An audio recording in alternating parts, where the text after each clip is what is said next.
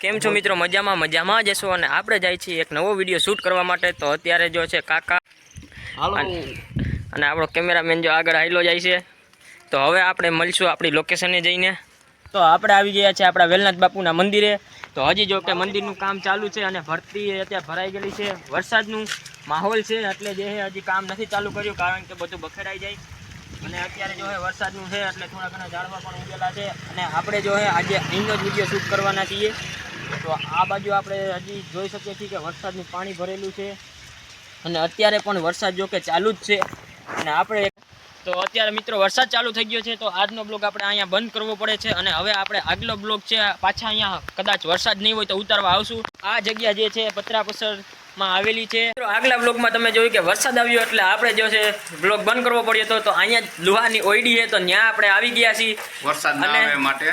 હા, અને વરસાદ જો કે હવે ધીમો પડ્યો એટલે ઘર પણ. અને તમે જોઈ શકો છો કે અમારા કેમેરામેન છે જે લુહાર કામમાં વર્ગી ગયા છે. તમારે કંઈ પણ લુહાર કામ કરાવવું હોય તો તેને કોન્ટેક્ટ કરી શકો છો. કોન્ટેક્ટ નંબર અમને મળશે એટલે અમે તમને આપશું.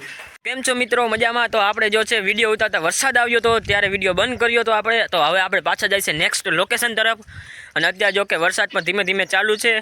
અને અત્યારે કાકા પણ આપણે હારે જ છે અને કેમેરામેન આગળ આવેલા જાય. મેન લોકેશન ગોતવા માટે આપણી આગળ જ ચાલતા હોય છે. અને જે કોઈને ફ્રીમાં સ્વિમિંગ પુલમાં નાહવું હોય તમે જોઈ શકો છો, આ છે અમારું દેશી સ્વિમિંગ પુલ, ભેંસોનું સ્વિમિંગ પુલ. હા, અને અત્યારે જોઈ શકો છો આવા કચકાઈમાંથી અમે જો વિડીયોની લોકેશન ગોતવા જાય છીએ. કેમેરામેન પૈસા સડાવતા હે.